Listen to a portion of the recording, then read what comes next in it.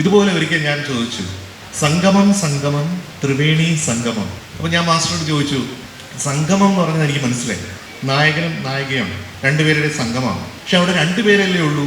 പക്ഷെ ത്രിവേണി സംഗമം എന്നെങ്ങനെ വന്നു? ഇത് എത്രയോ പ്രാവശ്യം എനിക്ക് പാട്ട് കേട്ടിട്ടും എനിക്ക് ഈ സംശയം മാറുന്നില്ല. മാസ്റ്റർ പറഞ്ഞു, ത്രിവേണി എന്ന് പറയുന്നത് എന്താണെന്ന് വയലാറ് അനുപല്ലവിയുടെ അവസാനത്തിൽ എഴുതി വച്ചിട്ടുണ്ട് എന്ന്. ത്രിവേണി എന്ന് പറയുന്നത് ഗംഗ, യമുന, സരസ്വതി മൂന്നും യോജിക്കുമ്പോഴാണ്. ഗംഗയും യമുനയും നമുക്ക് കാണാൻ പറ്റും, പക്ഷേ സരസ്വതി നമുക്ക് കാണാൻ പറ്റില്ല. അത് അന്തർവാഹിനിയാണ്. അപ്പോൾ അത് ഉള്ളിൽ ഇങ്ങനെ നിറഞ്ഞ് കവിഞ്ഞ് ഒഴുകിക്കൊണ്ടിരിക്കുന്നതാണ്.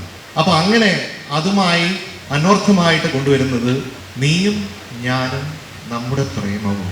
ഇപ്പൊ ഗംഗ യമുന എന്ന് പറയുന്നത് നീയും ഞാനും, നമ്മുടെ ഉള്ളിലുള്ളത് അനന്തമായി ഒഴുകിക്കൊണ്ടിരിക്കുന്നത് ആ സരസ്വതിയാണ് തീർച്ചയായിട്ടും നമ്മുടെ പ്രേമം എന്ന് പറയുന്നത്.